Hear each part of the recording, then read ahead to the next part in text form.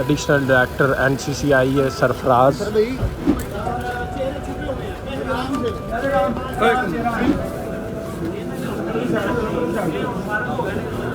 FIN से पूछा जाए कि जितनी ट्रांजैक्शन ये कहते हैं रिश्वत के तौर पे यासर ने या दीगर मुलजमान ने ली हैं, उनकी कौन सी ट्रांजैक्शन है? कोई बैंक ट्रांजैक्शन है? उनके पास जवाब नहीं था। क्या कोई ऑनलाइन ट्रांजैक्शन है? जवाब नहीं था। भट्टी साहब ये बताएं कि सिर्फ यासर रमज़ान पे जो है वो तशद्दुद किया गया है या चौधरी सरफराज और जवार? मेरे इल्म के मुताबिक जो है तमाम मुलजमान के ऊपर तशद्दुद किया गया है। बिस्मिल्लाहिर्रहमानिर्रहीम। अस्सलाम वालेकुम नाज़रीन, इस वक्त आप देख रहे हैं MYK न्यूज़। ये देखें जी, इस वक्त जो NCCI के अफसरान हैं जो इस वक्त गिरफ़्तार हैं उनको पेश किया जा रहा है और डिप्टी डायरेक्टर जैन और इस वक्त जो है वो पेश कर दिया गया है। उनको ज़िला कचहरी के अंदर 3 रोज़ा रिमांड के बाद जो है वो पेश किया गया और आज जो है वो क्या समाअत होगी उसका हवाल तो आपको बताएंगे। इस वक्त उनके वकील राना मारूफ भी मौजूद है। बैरिस्टर मियां अली अशफाक आज ताहम नहीं आए और इस वक्त जो है वो गाड़ियों के अंदर ही, इस गाड़ी के अंदर, ये सरकारी गाड़ी इसके अंदर वो मौजूद हैं और ये वकार अवान जो SHO है, इन्वेस्टिगेशन ऑफिसर भी हैं, वो भी यहाँ पर जो है वो मौजूद है। इस वक्त ये आप ज़िला कचहरी से देख रहे हैं कि जो एडिशनल डायरेक्टर NCCI सरफराज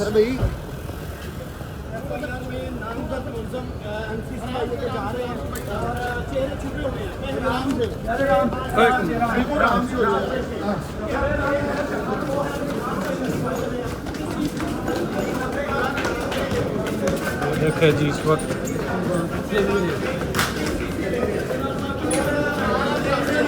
ये जी वकार अवान मौजूद हैं और NCCI के अफसरान, जिनमें आप देख सकते हैं कि उनको इस वक्त ज़िला कचहरी में अदालत में पेश किया जा रहा है और चौधरी सरफराज जो है उन्होंने चेहरा ढांपा हुआ है, ये कैप पहनी हुई है, ये आप देख सकते हैं।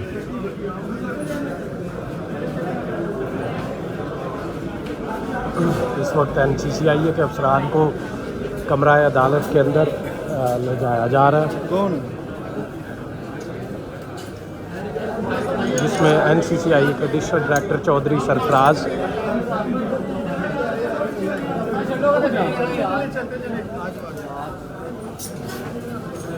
वापसी पे कर लेना। थैंक यू, थोड़ा सा रास्ता दे दो।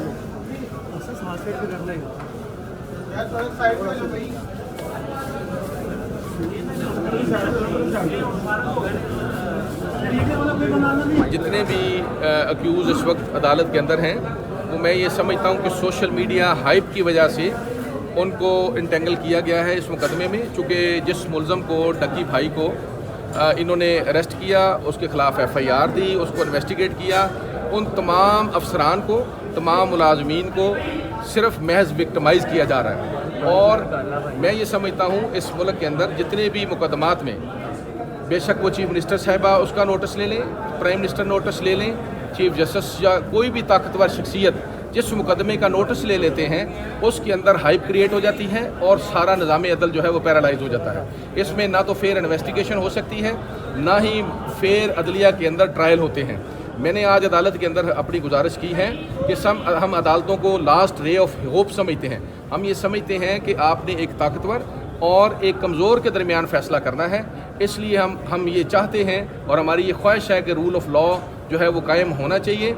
जो अफसरान बाला जिनको इन्होंने इसके अंदर लिखा है, उसमें किसी अफसरान बाला का नाम नहीं लिखा, चूँकि वो ताकतवर हैं।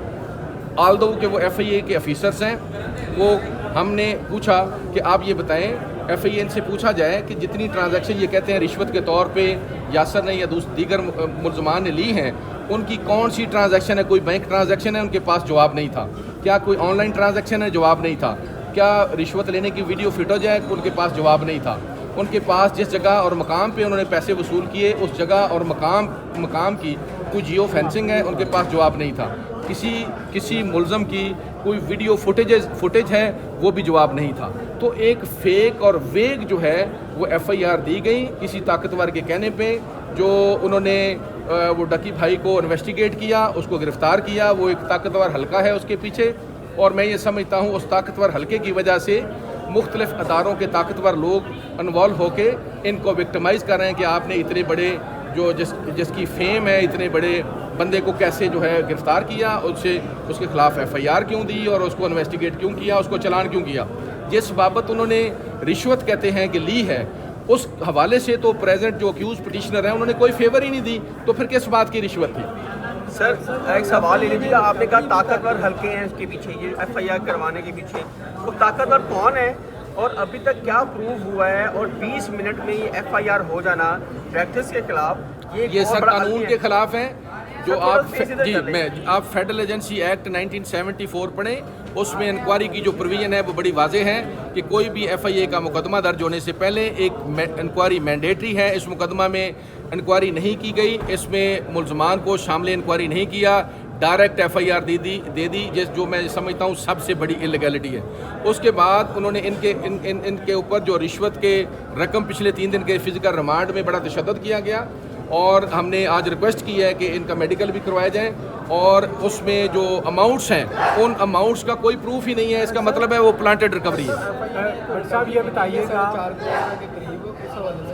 देखें जी, मैं ये समझता हूँ, देखें रिकवरी मुझसे वो हो अगर मैंने अपने ओहदे का को मिसयूज़ किया हो, मेरे एसेट बियॉन्ड मीन्स हो, मेरे अकाउंट में कोई ट्रांजैक्शन हो, मेरी फैमिली मेम्बर से, मेरे घर से किसी किस्म की कोई रिश्वत की जो है अमाउंट रिकवर हुई हो, तो ये बात ऐसी कोई चीज़ सफ़ा मिसल के ऊपर नहीं है। इन्होंने अपने पास से प्लांट की है, जस्ट उस कंकोक्टेड और झूठे मुकदमे को एक महज प्रूफ करने की कोशिश कर रहे हैं, जिसका भी ये हुक्म मान रहे हैं। कि मैं ये समझता हूँ, मैं सबसे पहले मेरी ऑनरेबल चीफ जस्टिस पाकिस्तान से गुजारिश होगी कि इसके ऊपर सो मोटो लें, और सोशल मीडिया से जो इम्प्रेस होके जजेज़ और इन्वेस्टिगेटिंग एजेंसियाँ जो हैं वो काम करती हैं, उनको डायरेक्शन दी जाए कि विदाउट प्रेजुडिस वो इस तरह की इन्वेस्टिगेशन फेयर करें जो आर्टिकल 10A के अंदर दी गई हैं, और डिस्क्रिमिनेट बिल्कुल भी ना किया जाए। सबका बुनियादी हक है, आर्टिकल 4 और 25 के अंदर जो आईने पाकिस्तान के अंदर दिया गया, तमाम शहरियों को ये हक हासिल है। भट्टी साहब ये बताएं कि सिर्फ यासर रमज़ान पे जो है वो तशद्दुद किया गया है, या चौधरी सरफराज और जवार? मेरे इल्म के मुताबिक जो है तमाम मुल्ज़मान के ऊपर तशद्दुद किया गया है। अच्छा सर, ये बताएं, आपने कहा है कि हमारे अदारे स्ट्रॉन्ग होने चाहिए, क्या बात है कि FIA को स्ट्रॉन्ग नहीं किया गया, और चौधरी सरफराज ने जब डक्की भाई को पकड़ा था तो वो पिच से बाहर आके खेल रहे थे, और बहुत सारी उन्होंने ऐसी बातें की, हमें इंटरव्यूज दिए कि जैसे कि वो पर्सनल हो गए हैं। इसके बारे में आप क्या कहेंगे? देखिए सर, मेरी बात सुने, गुजारिश ये है कि कोई अफिसर जो है वो नहीं ऐसे अपने वो चीज़ें आपस से बार वाली बात नहीं है। उन्होंने एक FIR दी, उसकी फेयर इन्वेस्टिगेशन की, और उस इन्वेस्टिगेशन का जो चालान है वो मुरतब करके उसकी रिपोर्ट 173 की कोर्ट ऑफ कॉम्पिटेंट जुरिस्डिक्शन में भिजवाई। इसका मतलब ये है कि अगर उनके लीगल डिपार्टमेंट ने, FIA के लीगल डिपार्टमेंट ने और प्रोसिक्यूशन ने उनकी 173 की रिपोर्ट को प्रूव करके कोर्ट में भिजवाया है, तो इसका मतलब ये हुआ कि चालान दुरुस्त तौर पर उनके खिलाफ मुरतब हुआ।